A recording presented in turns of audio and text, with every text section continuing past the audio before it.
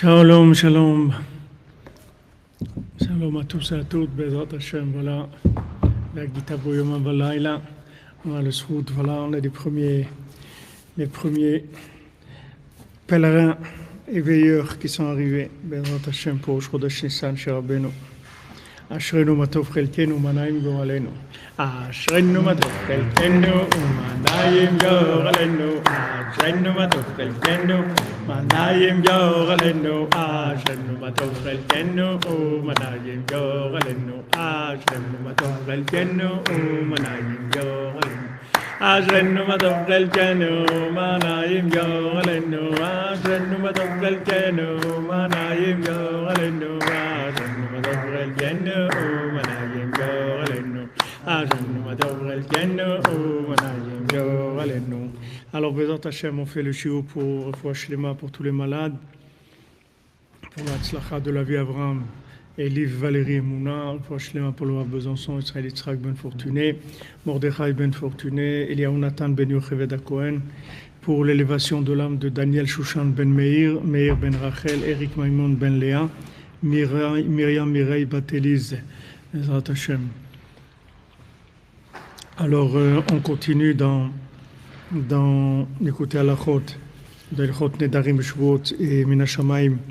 Vous avez vu qu'on est rentré dans Pessah, dans ce l'écouter à la Chot là, on est rentré dans Pessah, que Rabbi Nathan nous a rentré dans Pessah. Et il disait Prinat mitzvah tzipurat yetziat Mitzrayim. Donc c'est la mitzvah de raconter les histoires de la sortie d'Égypte. Que par le fait qu'on raconte la sortie d'Égypte, avec ça on attire sur nous la grande miséricorde, la grande bonté d'Hachem.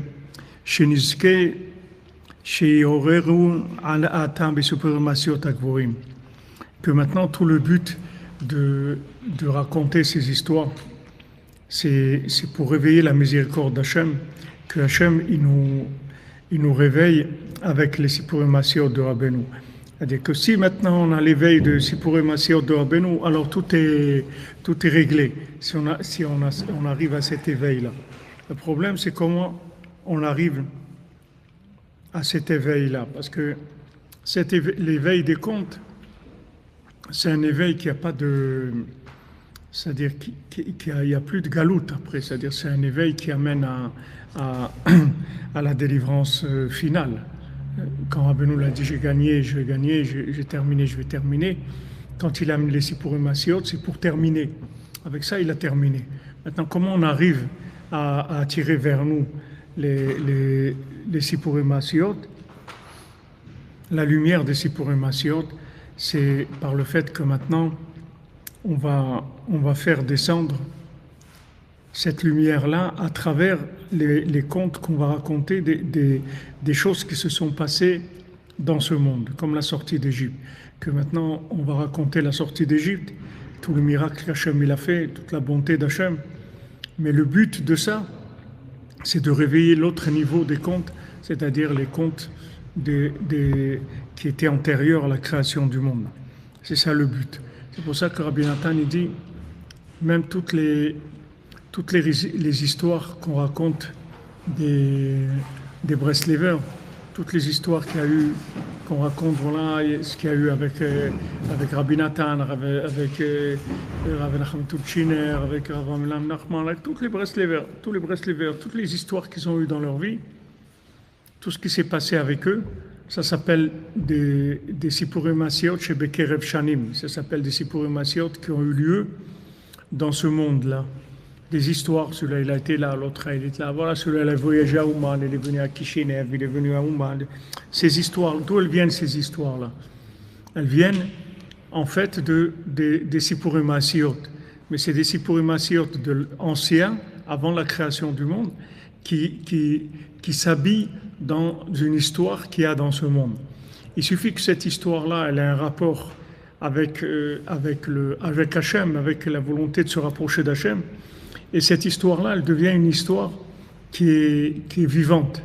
c'est-à-dire qu'en fait, elle est radioactive, c'est-à-dire elle a en elle la possibilité d'éveiller les contes qui sont au-dessus du temps et qui sont la racine même de tout ce qu'il y a dans ce monde. Alors le plus difficile, c'est d'arriver à ça, à ces contes. Si on arrive là-bas, c'est réglé. Il faut arriver juste à se brancher là-bas. Si on arrive à se brancher là-bas, alors comme il nous a dit Rabbi Nathan avant, le fait qu'on voyage, qu'on vient chez le tzaddik, ça c'est le meilleur éveil qu'on puisse faire pour recevoir après l'éveil des Sipurim Hasiot. Alors il dit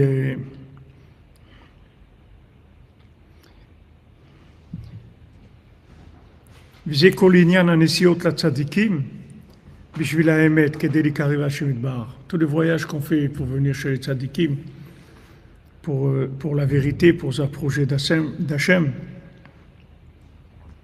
pour se réveiller de son sommeil et revenir vers Hachem. Et celui qui vient dans cette intention-là, alors ça s'appelle son éveil d'en bas. Vazai, afal pi she'etorerut bekatnut meod. Bien que son éveil il est tout petit. C'est-à-dire que c'est juste, il a fait sa valise, il est venu, c'est tout. Il ne sait pas qu'il a fait une grande tchouva, il a jeûné 40 jours, ou il a fait des choses, ou là. Il a fait sa valise, il est venu.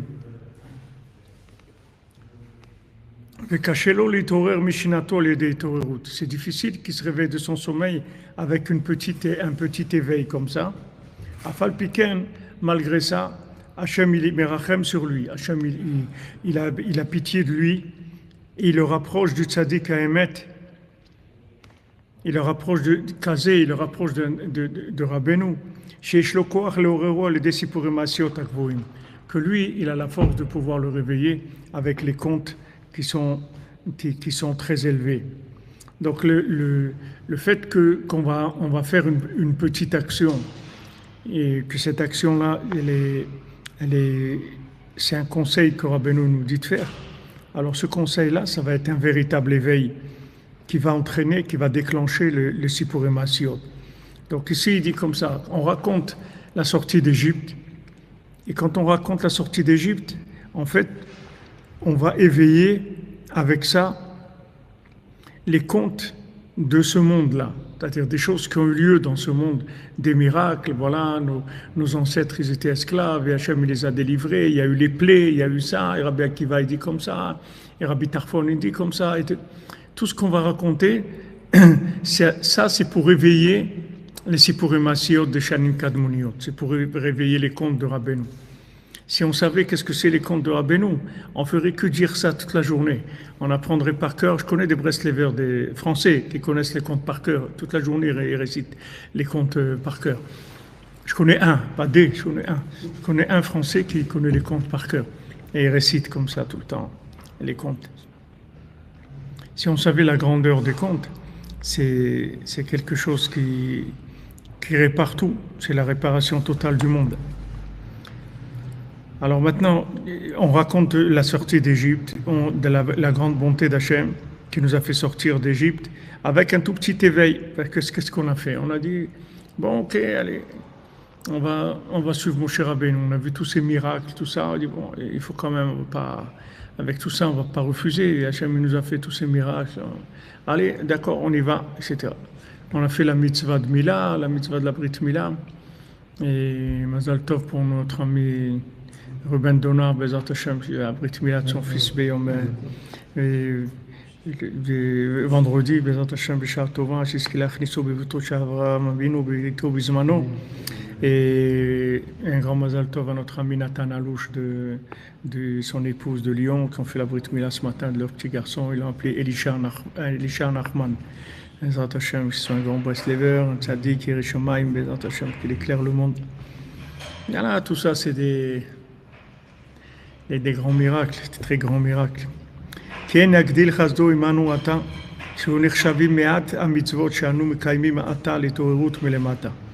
Alors maintenant, avec ça, en fait, quand on va rencontrer la sortie d'Égypte, alors on dit à Hachem, voilà, Tu vois là-bas en Égypte, ils étaient pas au top. Ils ont fait un petit peu. Et tout. Alors de la même manière, considère le peu qu'on fait comme étant quelque chose d'important et que ça suffise pour que qu'on puisse nous réveiller avec les contes de Rabbeinu, avec les contes qui étaient antérieurs à la création du monde, antérieurs à la Torah, antérieurs à tout ce qui a pu, toute forme d'existence.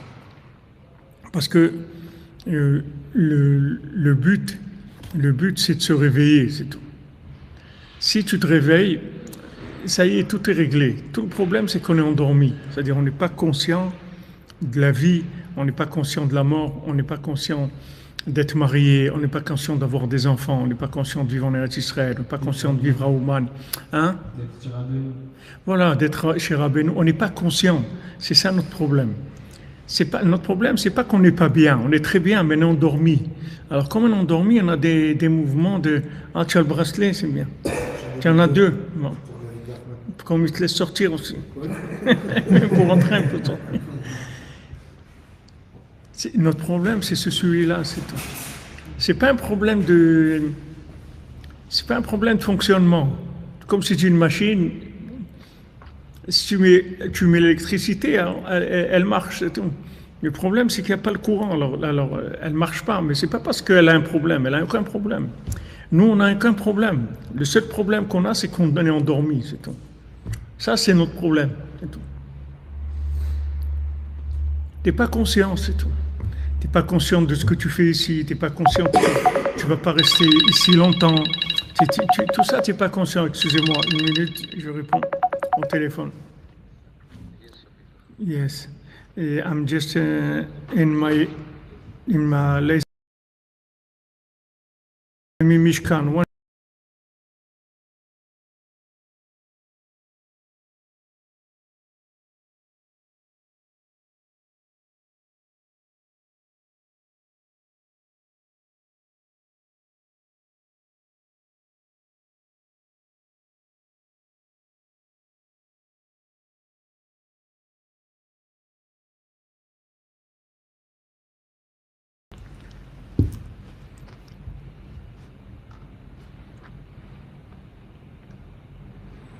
Voilà, Aïnou Kecholmim. Voilà quand Mashiach va dire, ouais, on va venir, on va dire, on était comme des gens qui rêvaient.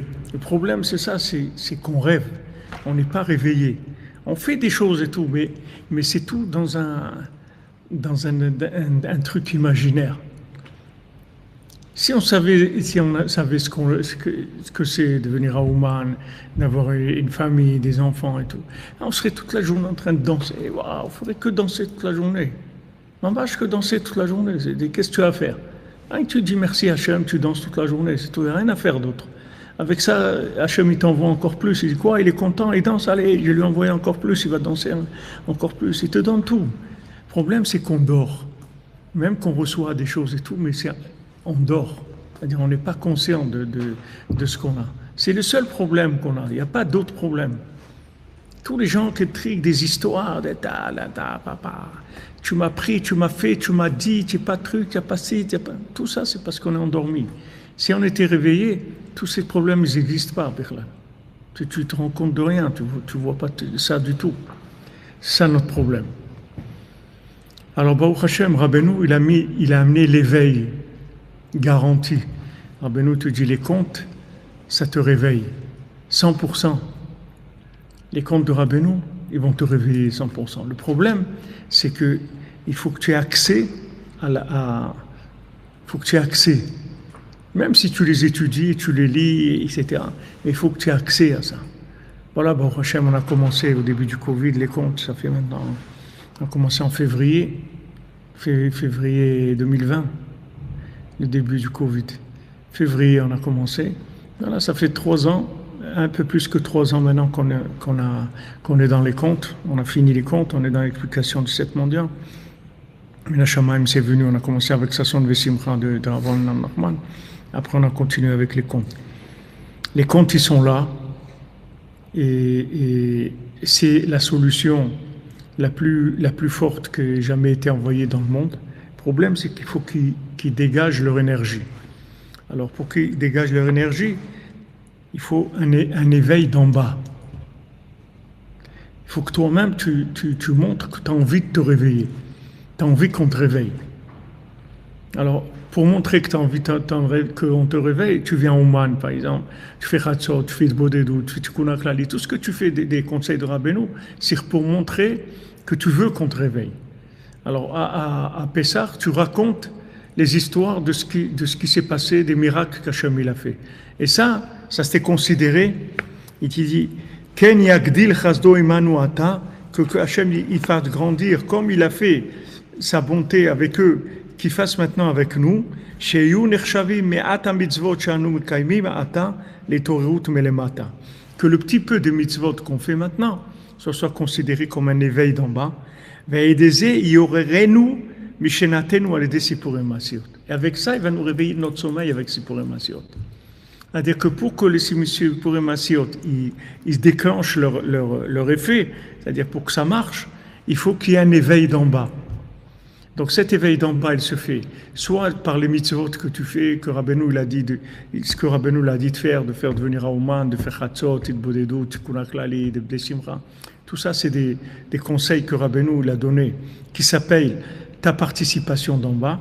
Soit tu racontes des histoires de sortie d'Égypte, soit tu racontes des histoires de gens qui étaient proches de Rabbeinu et comment ils vivaient à Ouman, comment ils ont fait ça, comment celui-là l'a fait. Tu racontes ça. Ça t'est considéré comme l'éveil d'en bas.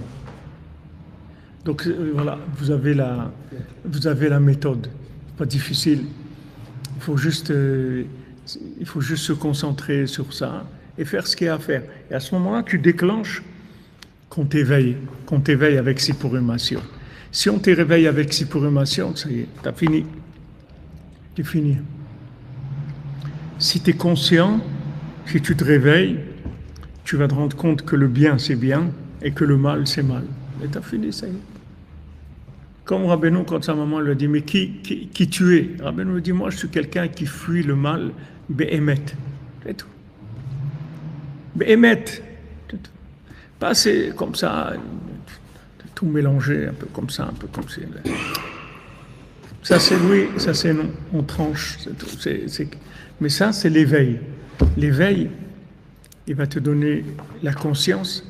La conscience, elle va te donner le discernement. Le discernement.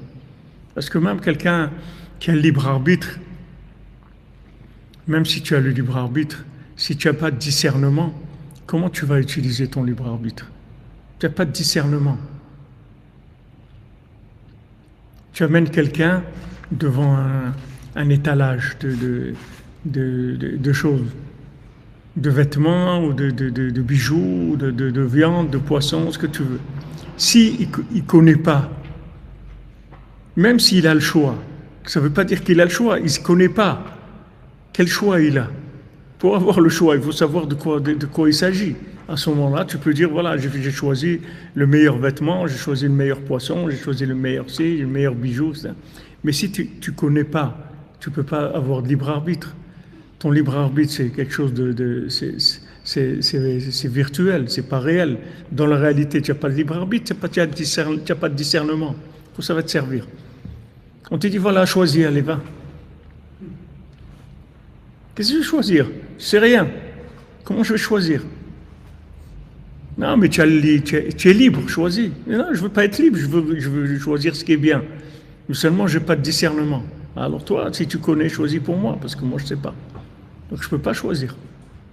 Donc, ça ne veut rien dire que tu as le libre arbitre. Libre arbitre, c'est selon ton degré de conscience. Parce que si tu n'es pas conscient, à quoi sert le libre arbitre? Tu ne peux pas l'utiliser. Il ne va te servir à rien.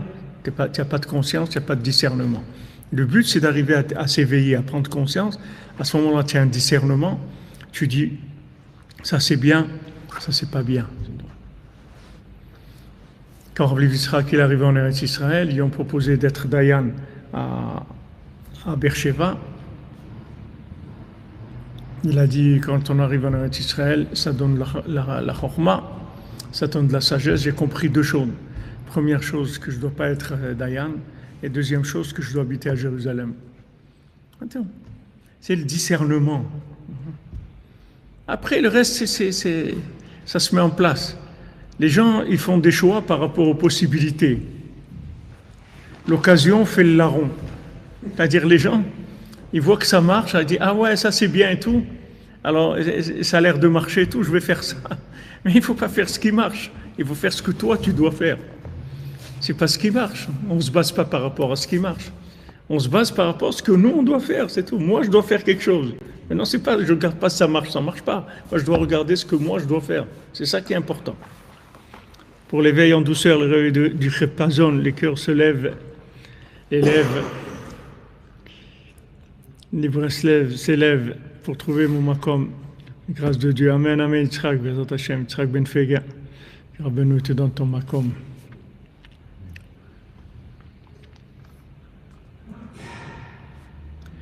Merci, merci, Chayav Bataron.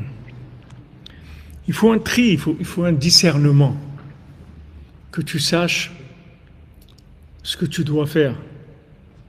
Quand tu sais ce que tu dois faire, ça y est. Quand Rabbeinu, il devait aller en Eretz Israël, alors il est parti. Il a placé sa femme, ses enfants dans des familles, etc. Ils ont dit, quoi, tu pars et tout. Et il a dit, c'est pas la peine de discuter sur ça, parce que je suis déjà là-bas. Maintenant, je vais juste faire le mouvement pour aller, le déplacement, mais je suis déjà là-bas. Donc, on n'est plus en train de parler maintenant de qu'est-ce qu'on va faire. La chose, elle est faite déjà. Je suis déjà là-bas. Maintenant, je vais juste m'organiser. Comment réaliser ça dans le... C'est comme ça qu'il faut vivre. Il ne faut pas vivre que les moyens ils définissent le but. Parce que maintenant, je peux faire ça, je peux faire ci, je peux faire l'autre, alors je vais m'orienter vers ça. C'est pas par rapport à ce que je peux faire, c'est par rapport à ce que je dois faire. Quand je sais ce que je dois faire, alors j'y vais, c'est tout. Maintenant, les moyens, alors on va développer les moyens, on va trouver les moyens. Les moyens, ça n'a jamais été un problème.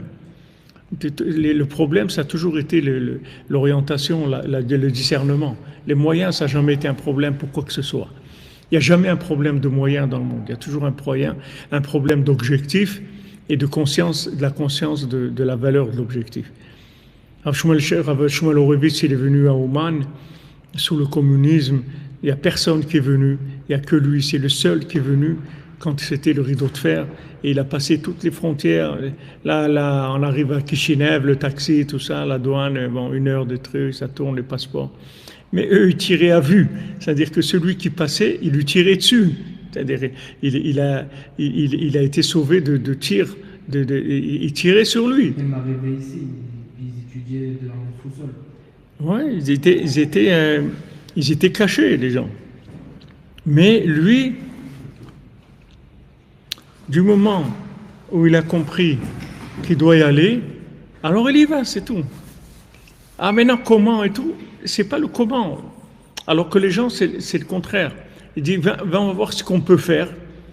Est-ce que selon ce qu'on peut faire, alors on va faire. Si je trouve un travail là-bas, alors je vais aller là-bas. Si je trouve une maison là-bas, alors je vais aller là-bas. Si je fais ça, c'est pas comme ça qu'il faut vivre. Il faut avoir un objectif. Une fois que je sais l'objectif, je connais l'objectif, j'ai le discernement, après les moyens, ils vont se mettre en place tout seuls. Mais il faut l'objectif. Il faut savoir où on va. Nous, quand on est venu en Eretz Israël, j'ai dit à ma femme, voilà, nous, on va habiter à côté de la synagogue Breslev, à côté des écoles, des enfants, il nous faut à côté, le travail à côté, tout à côté, il ne faut pas que ça dépasse 500 mètres Pourquoi ? Parce que je sais qu'on vient dans un pays nouveau, avec quelque chose de nouveau, les enfants ils peuvent avoir besoin de nous n'importe quand dans la journée, il faut qu'ils sentent que la maison elle est à côté. Moi mon travail il doit être à côté de la synagogue Breslev, parce que c'est là où je prie, et notre maison doit être à côté. On doit tout avoir dans ce rayon-là. Maintenant, après, on cherche comment. Mais d'abord, tu définis ce que tu vas faire. Une fois que tu as défini ce que tu vas faire, après tu vas voir le comment il va venir tout de suite. Tu vas trouver ça, et ça, et ça, et ça, voilà, tu te mets en place. Mais alors que les gens, ils agissent de façon opposée, c'est-à-dire ils voient quelles sont les possibilités. Qu'est-ce que je peux trouver?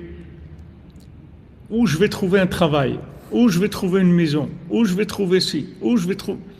Une fois qu'ils trouvent quelque chose qu'ils peuvent faire, alors ils vont là-bas. Mais c'est pas comme ça qu'il faut vivre. Parce que le monde, il t'appartient. Il faut que tu prennes conscience que le monde appartient aux gens qui se lèvent tôt.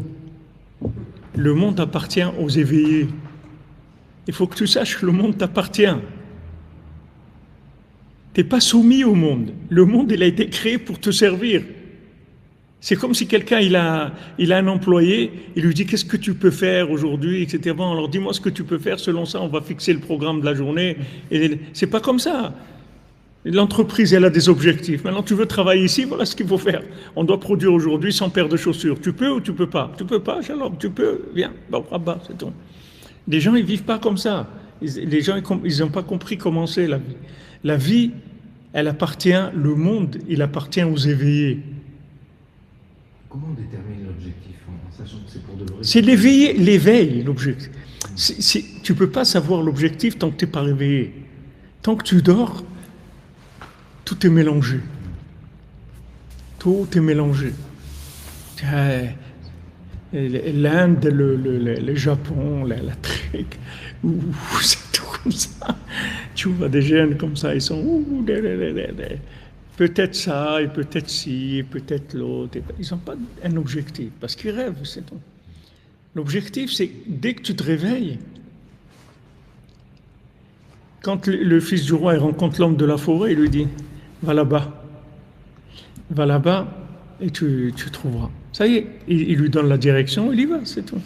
Après, tout se met en place. Il rencontre le chevalier qui lui donne la petite boîte. Il rencontre le chevalier qui lui donne la vine d'avar, mitor d'avar. Il va avoir la bina, il va comprendre. Il va déduire. Une fois que l'objectif est mis en place, une fois que tu as mis en place le centre de gravité de la vie, tu l'as mis en place. Après, tous les éléments, ils vont se positionner par rapport à ça. Tu vas avoir des éléments qui sont nuls, qui n'ont rien à voir avec ton objectif. Donc, ils vont s'éliminer automatiquement. Tu vas avoir des éléments qui sont très importants, qui sont à côté du centre de gravité. Donc, ces éléments-là, tu les gardes très fort parce qu'ils sont à côté du centre de gravité. Et comme ça, il y a des couches comme ça de préférentielles. Il y a des choses qui n'ont rien à voir, et il y a des choses qui sont très importantes. Rabbi Nathan, il a regretté à la fin de sa vie, il a dit « Je regrette que pendant les massés, Rabbi Nathan, il a connu Rabbeinu pendant 8 ans. Il a vécu avec Rabbeinu pendant 8 ans. C'est-à-dire, quand Rabbeinu est décédé, Rabbi Nathan, il avait 30 ans. Il a connu Rabbeinu de l'âge de 22 ans à l'âge de 30 ans. Il a dit « Je regrette une chose, c'est que j'ai passé tellement du temps à étudier et à prier quand Rabbeinu était vivant. Il fallait que je reste à côté de lui tout le temps, tout le temps. C'est ça que je devais faire. » Parce que quand il s'est rendu compte de ce que ça représentait Rabbeinu, et que chaque parole de Rabbeinu, c'est le monde entier qui en aurait eu besoin, qui en a besoin. C'est-à-dire que si Rabbi Nathan, que lui, il était à côté, il avait été plus proche de Rabbeinu, il aurait entendu quelques centaines de paroles en plus, et ces centaines de paroles en plus, elles auraient changé complètement l'aspect du monde. Il aurait amené des choses complètement nouvelles qui nous auraient aidés. Mais lui, il a pensé, il faut que j'étudie quand même, il faut que je prie, il faut que je fasse des choses. Je vais pas. Et après, il a regretté, parce que ces 8 ans-là, il serait consacré, il serait resté que chez Rabbeinu, que avec Rabbeinu, tout le temps. Il aurait téléchargé de Rabbeinu beaucoup plus que ce qu'il a pris. Donc lui-même, il s'est rendu compte que, en fait, il n'a pas assez considéré le centre de gravité. S'il avait considéré le centre de gravité plus important de ce qu'il s'y imaginait, parce que Rabbi Nathan, il venait d'une maison de gens qui étaient des érudits en Torah, des gens, tu ne vas pas dire quelqu'un comme Rabbi Nathan, il ne va pas étudier un petit peu, comme il dit le Baal HaTanya, quelqu'un qui n'a pas le temps d'étudier. Alors, ça veut dire il étudie 6 heures par jour. Le Baal HaTanya, il dit quelqu'un qui étudie 6 heures par jour, c'est quelqu'un qui étudie pas. Bon, il n'a pas le temps d'étudier, il étudie 6 heures, c'est tout. Mais pour lui, ça ne s'appelle pas étudier 6 heures. C'est des gens qui étudient, c'est 18 heures, 20 heures, mais 6 heures par jour, ça ne s'appelle pas étudier. 6 heures par jour, ça ne s'appelle pas étudier 6 heures. C'est des gens qui étudient, c'est 18 heures, 20 heures, mais 6 heures par jour, ça ne s'appelle pas étudier 6 heures. C'est des gens qui étudient, c'est 18 heures, 20 heures, mais 6 heures par jour, ça ne s'appelle pas étudier. Donc, Rabbi Nathan, il ne va pas ne pas étudier au moins 6-8 heures par jour, c'est un minimum. Rabbi Nathan, quand il finissait sa tefila, il mettait les tefilines de Rabbeinu Tam. Pendant 5 heures, il étudiait avec ta tefilines de Rabbeinu Tam, sans prendre un verre d'eau, rien. Tous les jours, comme ça. Il mettait les tefilines de Rabbeinu Tam, après il étudiait pendant 5 heures avec les tefilines de Rabbeinu Tam. Après, quand il était plus âgé, il prenait un café ou un petit gâteau, quelque chose après la tefila. Mais c'était des gens qui étaient dans la vision classique de la Torah. Mais Rabbeinu, c'est un chidouche comme il n'y a jamais eu dans le monde. Si maintenant tu as attrapé ce que c'est Rabbeinu, mais ça y est, tu laisses tout, tu t'accroches rien que sur lui. L'oyamish mitocha oel, tu ne bouges pas de la tente de Moshe Rabbeinu. Tu restes collé là-bas tout le temps. Il n'y a plus rien, il n'y a que ça, c'est tout. Parce que tu comprends que ça, c'est le centre de gravité de tout. Qu'avec ça, tu vas avoir tout. Comme on dit pour Chatzot, les gens disent Chatzot, la Chatzot, c'est le centre de gravité de la journée. Tu attrapes ça, tu as attrapé tout. Tout, après, ça va rentrer là-dedans. Parce que tu appuies sur le bouton qui déclenche les forces magnétiques, les forces d'attraction du bien. Donc maintenant, tu as appuyé sur ce bouton, tu as déclenché les forces d'attraction du bien. Donc dans ta journée, tout le bien, il vient vers toi. Tout ce qui est bien pour toi, ça vient vers toi. Tout ce qui n'est pas bien, ça s'élimine automatiquement. Il y a des pôles d'attraction. Il y a des points qui sont vitaux. C'est ça qu'il faut chercher. Il ne faut pas chercher ce qui marche, ce qui est sympa, ce qui est agréable. C'est pas ça qu'il faut chercher. Il faut chercher le but, l'essentiel. Quand tu as appuyé sur le bouton de l'essentiel, tous les éléments ils vont se mettre en place par rapport à ça. Tout va se mettre en place par rapport à ça. Tu as Ouman Rosh Hashanah, tu as des repères comme ça. Que ces repères-là, voilà, ils sont là, ils ne bougent pas. C'est des centres de gravité. C'est des points qui ne bougent pas. Maintenant, quand tu places des points comme ça, en fait, ce n'est pas le point qui a placé, c'est le monde entier qui t'a placé. C'est-à-dire tout le monde entier, maintenant, il va te servir par rapport à ce centre de gravité.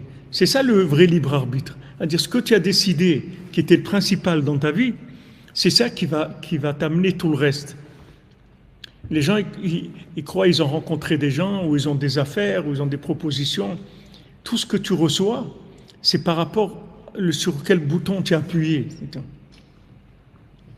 Comme l'infirme, il prend le rubis, comment il le tourne, et il se trouve. S'il le tourne comme ça, il se trouve là-bas. S'il le tourne de l'autre côté, il se trouve là-bas. C'est tout. Ça l'amène, mais c'est selon là où tu as mis qu'est-ce qui est l'essentiel dans ta vie. C'est tout. Une fois que tu as défini l'essentiel de ta vie, le monde, il va se mettre à ton service par rapport à ce que toi, tu définis l'essentiel. C'est là où il est ton libre arbitre. Ce n'est pas dans les choix de l'accompagnement. C'est le choix, c'est dans l'essentiel, pas dans l'accompagnement. L'accompagnement, c'est fait pour accompagner, c'est tout. Comme dans un repas, tu as le truc, la viande, et tu as après le truc pour accompagner. Mais ça vient accompagner le plat essentiel. C'est-à-dire, décide qu'est-ce que c'est l'essentiel. Décide, cherche ça. C'est ça que tu as besoin. Et pour ça, il faut du discernement, il faut te réveiller. Ou tu es réveillé, ou tu écoutes des gens qui sont réveillés. C'est la même chose. C'est une combine, mais ça marche. C'est une combine, parce que toi, tu n'es pas réveillé. On dit, mais qu'est-ce qu'il fait celui-là ici? Il n'est pas réveillé, celui-là. Ouais, moi, je ne suis pas réveillé, mais j'ai quelque chose. C'est que j'ai compris que je suis endormi. Donc, j'ai trouvé quelqu'un qui est réveillé, je me suis accroché sur lui, c'est tout. C'est tout. J'ai compris qu'il y a des gens réveillés. Elle m'accroche sur eux, c'est tout. Ça aussi, ça marche. Au moins, tu te rends compte que tu es endormi. Et tu vas écouter quelqu'un qui est réveillé. Alors que tu lui demandes, qu'est-ce que tu penses qu'il faut faire? Un truc. Moi, quand je devais aller à Rosh Hashanah, qui était la brit fila de mon fils Nonsen, ça va faire maintenant 41 ans. Alors j'ai demandé à droite, à gauche, j'ai la brit mila de mon fils à Rosh Hashanah, qu'est-ce que je fais? Je vais au kibbutz à Rosh Hashanah, ou j'assiste à la brit mila de mon fils quand même, c'était la brit mila de mon fils, bon, c'était le deuxième, mais mes parents ils sont venus d'Israël, mes parents ils sont venus de Jean-les-Pins, à Aix-les-Bains, et tout le monde, ils sont venus voilà, du sud de l'Italie, de partout, ils sont venus pour la maman, ils sont venus pour la brit mila, non? Et je ne sais pas quoi faire. J'ai demandé à mon ami Ben Shaya, il m'a dit, regarde, Rabbeinu, il a dit, il faut venir à Rosh Hashanah, il faut venir, c'est tout. Il n'a pas dit si il y a ça ou si il y a ça. Alors il m'a dit ça y est, ça m'a libéré. Et ma femme, elle était d'accord. Ah, je suis parti, c'est tout. Ils ont fait la. Qu'est-ce que ça a dérangé? Ils ont fait la Brit Mila, ils lui ont donné le nom qu'on voulait lui donner, et tout s'est bien passé. J'étais pas là, c'est tout. C'était encore un Breslev, un fou, qui n'est pas là pour la circoncision de son fils. Voilà. Il y a l'essentiel. L'essentiel, c'est ça qu'il faut trouver. Maintenant, soit tu es réveillé, soit tu es conscient que tu es endormi. Ça aussi, c'est bien. Quand tu es conscient que tu es endormi, c'est bien. Parce que tu vas aller chercher des gens qui sont réveillés, tu vas t'accrocher sur eux, c'est tout. Parce que tu sais que tu es endormi. Mais le problème, c'est quand les gens, ils sont tellement endormis qu'ils croient qu'ils sont réveillés. Ça, c'est le pire qu'il y a. C'est-à-dire, ça, c'est Astara chez Betoch Astara. C'est-à-dire que la personne, elle est sûre qu'elle comprend des choses, qu'elle voit des choses, qu'elle a fait des... Et tout ça, c'est un rêve total. Il n'y a rien. Il n'y a rien. C'est tout du rêve, tout du mayom total. Ça, c'est le pire. Mais quand tu prends conscience, tu es endormi, c'est déjà bien. Tu es déjà en route. C'est la moisson de la folie. C'est-à-dire, il lui dit, écoute, on va manger nous aussi, on va être fous aussi, mais on va mettre un signe. Quand nous, on se voit, on va savoir qu'on est fou. Et si on sait qu'on est fou, ça change tout. C'est-à-dire que le fait que tu sais que tu es endormi, tu vas écouter quelqu'un qui est réveillé. C'est tout. Trouve quelqu'un qui est réveillé, tu lui demandes, c'est tout. Voilà, ça, qu'est-ce que je dois faire? Il va te dire, fais ça, c'est tout. Il est réveillé. Il est plus réveillé que toi, en tout cas. Donc, c'est bien. Ça aussi, c'est une méthode.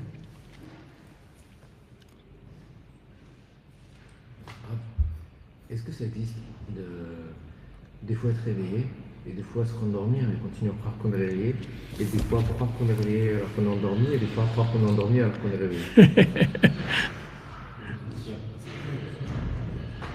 Non, sans blague, c'est possible ou c'est un rêve aussi tout ça?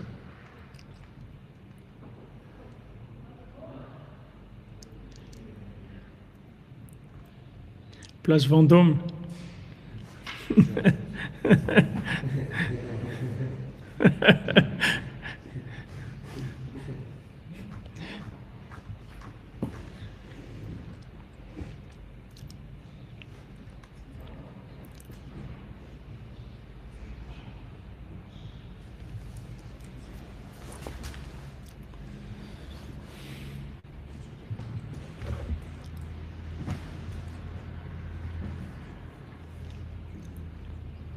Si tu viens là, tu es où là maintenant? Tu es à Ouman. Ok. Ça, c'est une réalité. Tu es là. Tu es là. Si tu es là, c'est que tu es réveillé.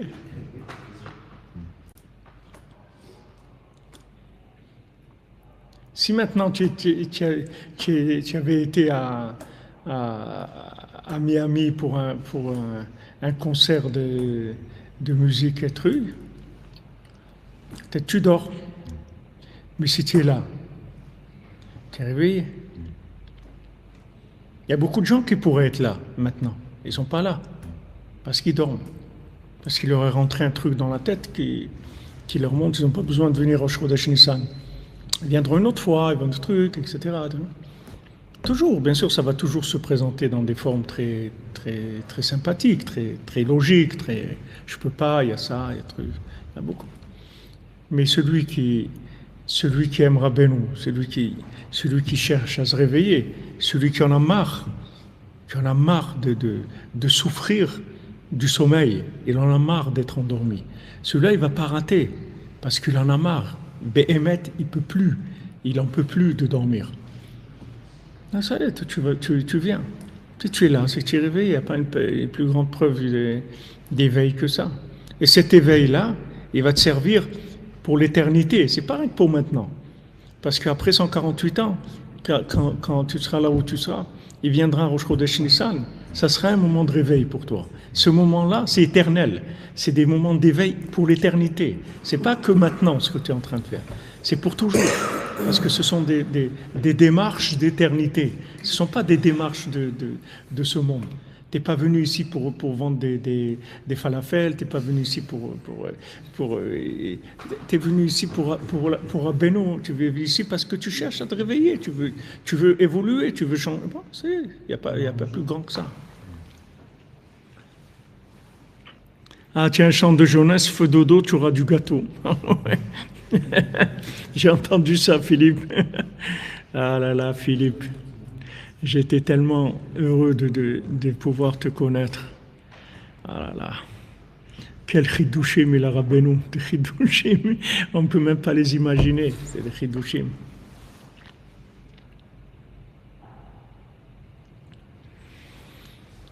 L'étape suivante, il n'y a pas des malheureux. Ça veut dire l'étape suivante. L'étape suivante, c'est que tu écoutes ce que Rabbeinu te dit de faire. Tu ne bouges pas. Tu fais Chatzot, tu fais de Bodédo, tu Kunaklali, tu viens au Man, tu fais ce que Rabbeinu te dit de faire. C'est tout. C'est ça l'étape suivante. Il n'y a pas d'autre étape. C'est celle-là. Et tu te cherches des gens qui sont réveillés ou qui cherchent à se réveiller, tu te colles avec eux, c'est tout. Que si jamais il te prend un coup de comment on dit, un coup de cafard, qu'il y ait quelqu'un qui te réveille, c'est tout. Fréquente des éveillés, c'est tout. Ne vis pas avec des endormis parce qu'ils vont t'endormir. Exactement. Est-ce que j'ai été réveillé, est-ce que j'ai été créé pour acheter des bégalés? Exactement. Allô? Yes, how are you? I'm in Mishkan. My lesson I finish in 3 minutes, okay? Thank you.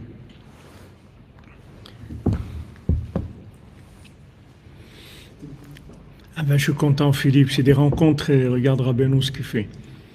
Ce sont des rencontres du siècle. Regarde qu'on arrive à se rencontrer à Toulon, tu es venu de Corse, tout ça. On ne sait pas ce que Rabbeinu fait avec nous. Mais en tout cas, on sait qu'il s'occupe de nous et qu'on est dirigé, etc. Donc, il faut faire les conseils que le tzaddik il nous dit de faire. Ce que Rabbeinu dit de faire, il faut s'accrocher de toutes ses formes. Et il faut fréquenter des centres Breslev, c'est-à-dire des centres de gravité. Il faut graviter autour de centres d'éveil. C'est tout. C'est tout ce que tu as à faire. Et ça, avec ça, tu es garanti que tu vas tout le temps être réveillé. Parce que même si tu t'endors, il y a quelqu'un qui va te réveiller.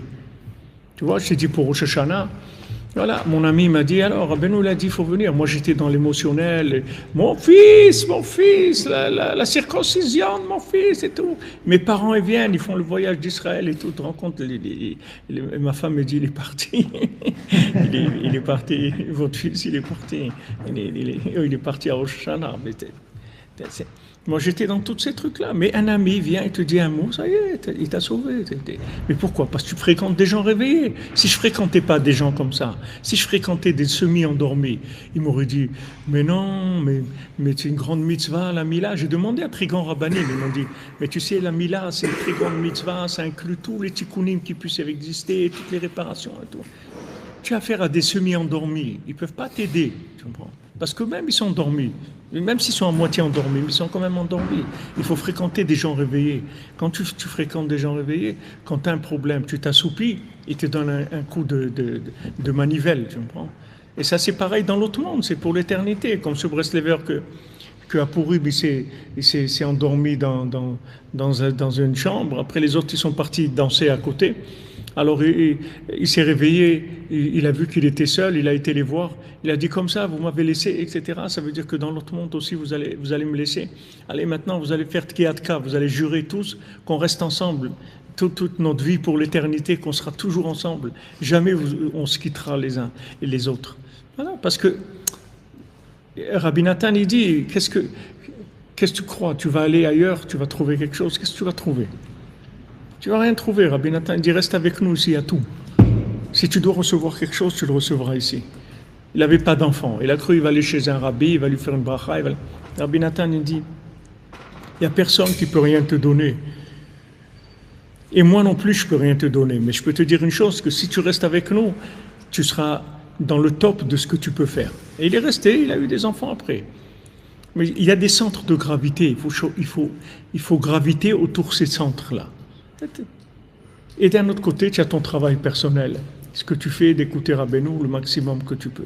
Mais le lien avec le centre de gravité, il est plus grand que tout ce que tu peux faire toi. Parce que ce que tu fais toi, ça peut aussi se récupérer dans le sommeil. Mais le centre de gravité, on peut endormir une personne ou deux, mais pas endormir un groupe de gens. Il y a toujours un qui est plus réveillé que l'autre.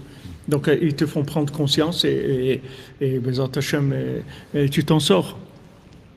Voilà les amis, excusez-moi, j'ai un rendez-vous à la mairie, priez pour moi que ça se passe bien. Pour l'Yan de Rabbeinu, on a rendez-vous pour le Mishkan, pour le soutien de la mairie pour le Mishkan, pour lutter contre tous les gens qui veulent nuire, tous les échos, tous les gens qui sont dans les échos. Alors, bonne journée, Be'atzlacha les amis. Et voilà, on va faire un petit rikoud avec nos amis. Et on y va. Portez-vous bien.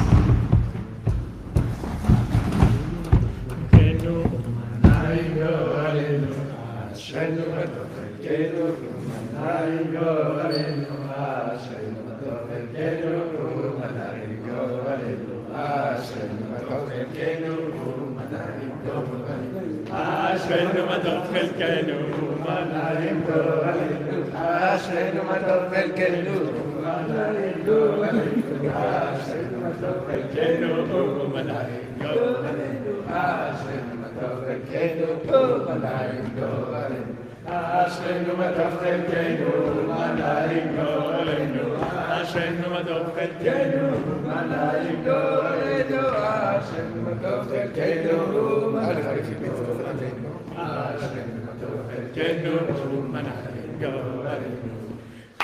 חזק, תודה רבה.